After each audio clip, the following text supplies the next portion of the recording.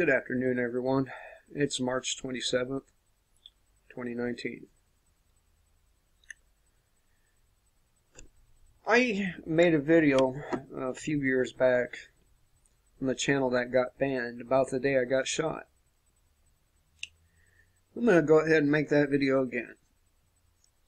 And for those of you who remember, you'll notice that I'm going to tell it exactly the same way. There's no changes like some people.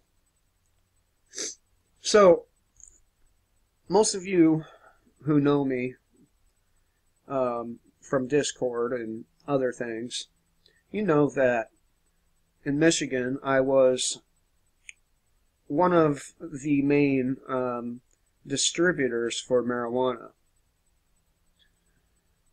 And this was the case for quite some time, which the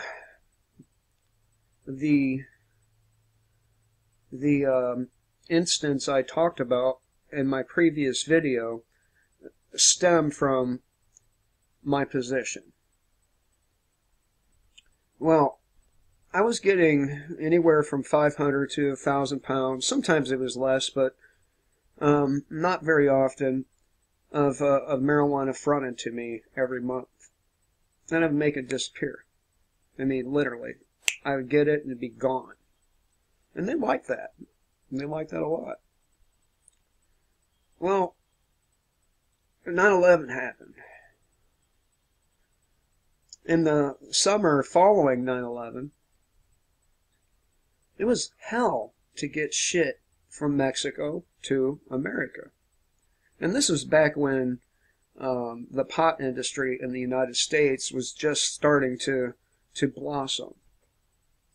So there was high demand and not enough supply. It was very profitable at that time. It no longer is. Not for the individual low-level dealer anyway. So I was running out of weed. And I couldn't find it anywhere. I mean, the whole fucking city went dry. And so I went outside my circle to find what I was looking for. Now, just because somebody you know sets up a deal doesn't mean it's going to be legitimate or even safe. My buddy Blue tells me, you got to take a gun with you, man. And I was like, no, I just got busted for having a gun and a whole bunch of other shit. And I was like, no, I don't really want to get caught with a gun again. And I did the stupid thing of leaving my gun behind. Well, we traveled from Flint, Michigan to Pontiac. And there's an apartment, there's, some housing projects. That should have been red flags enough, right? But you see, I'm so used to dealing with these kinds of individuals that it never crossed my mind that they were going to try to jack me. But that's exactly what they did. They tried to jack me. So I walk in. Guy to my left, he has a gun in his waist. Guy in front of me, he didn't have anything. So I grabbed the guy to my left because he was the one with the weapon, and I shove him out the door. It's the kind of door that swings both ways, right? And there's a railing outside. We both flip over it, and this is where one of my back injuries comes from. And I'm on top of him, and I'm beating him and beating him. And somehow or another, we make our way out into the middle of the parking lot. And in this struggle, he dropped his weapon. Well, while I was on top of him beating him, and he looked like the Elephant Man by the time I was done with him.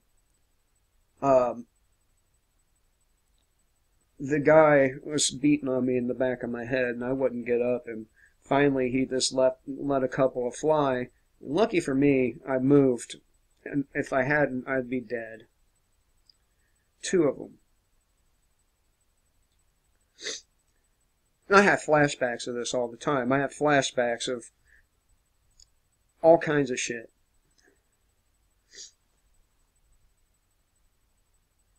Well, they tried getting the bag off my back. I had a backpack on, right? And through the struggle, I did drop some money, but I kept the bulk of it, right? But I'm bleeding. Cops are coming, and I lost so much blood that day. I did. I got it in the arm as well, and well, I had to go back to Flint, and I knew a guy that dealt in cocaine, and so I went and got some cocaine. I was shot here, peeled up my scalp there, and you can't see the scar, but there's an entry point on my arm and an exit point where it bounced off my bone and tumbled out, and it just tore my arm open, right? And it was bleeding. I mean, my car seats, the seat I was sitting in, other than where my back was, it was black from the mixture of the blood and the blue leather.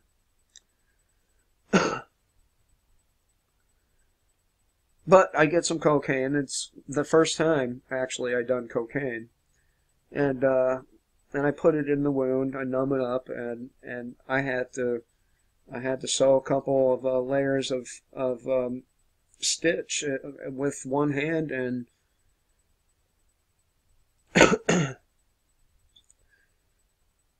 man, it was this is when I was first starting out to be, not such a nice guy.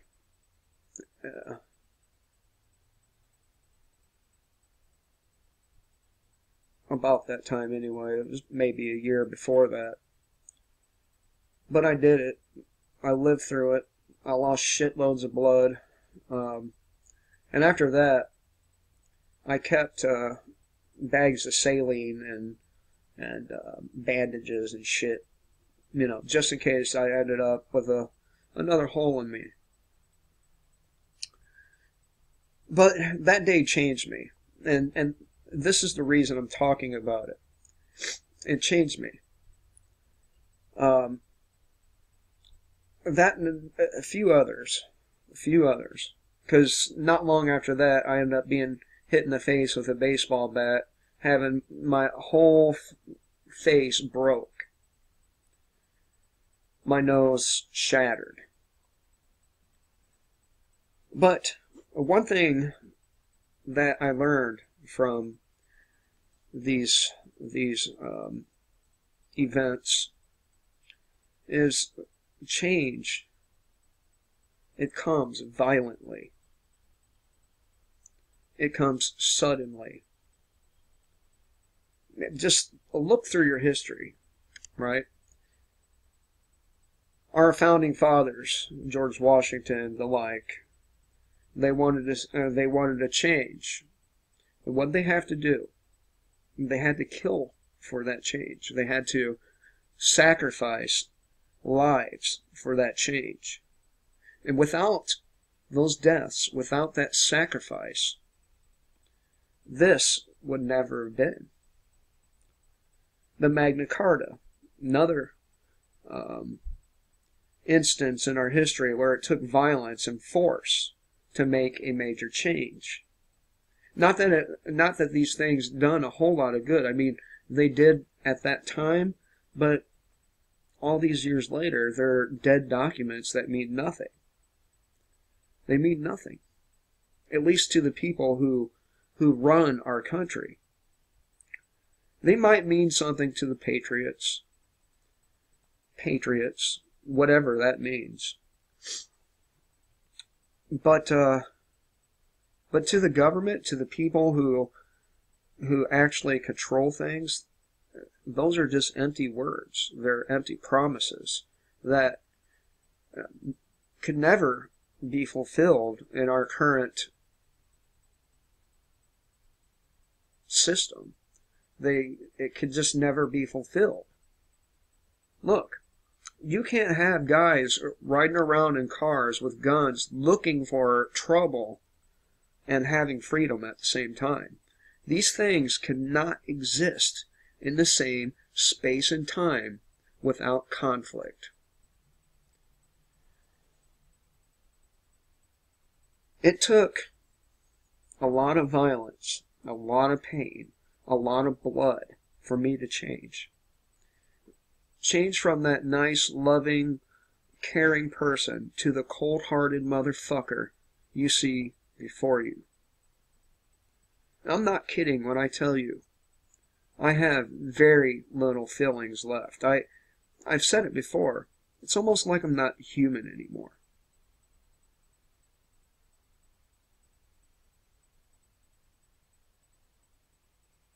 Maybe I'm not. Maybe I am in body, but not mind. Other than my children and my wife, if she heard this, she would probably be heartbroken.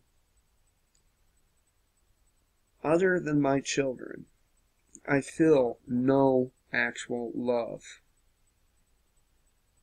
I don't. I don't love America. I don't love the people in it. I feel like most of the people here are fucking morons. I don't love this fucking world. And isn't that what Satan or Lucifer was demonized and called all the things that he is called for?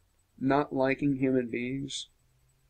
Does that make me, or should I say, does that put me in the same boat as Lucifer?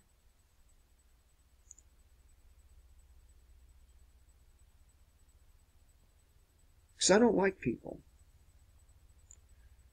For all of God's wisdom and power, he sure did make some flawed, fucked up people.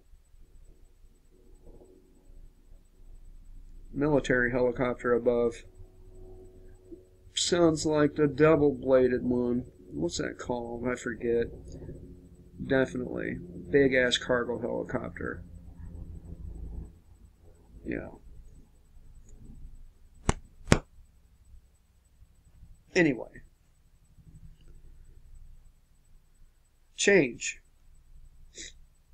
Whether it's positive or negative, always comes suddenly and violently. Don't think our current position, our current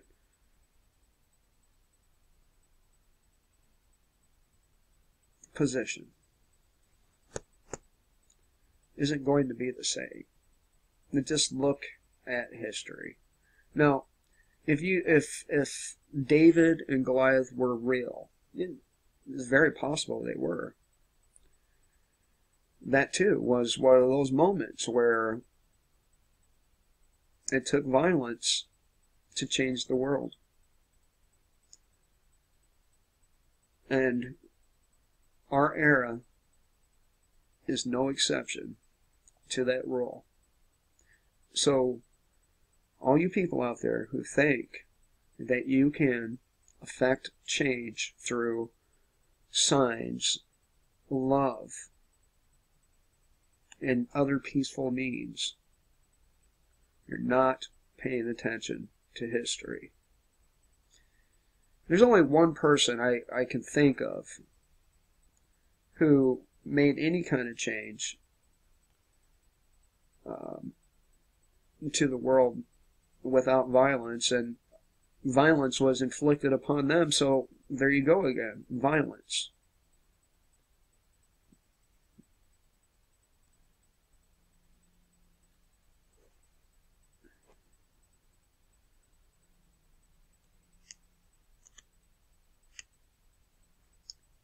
Are you one of these people who the Bible says will tell God when it's time?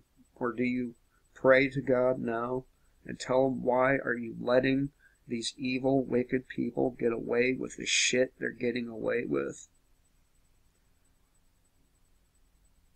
You made a promise in your holy book that they would pay. You said men would wish to die, but couldn't. Are we there yet? When? When is enough enough? I'm a little worried about this helicopter. It's circling back around.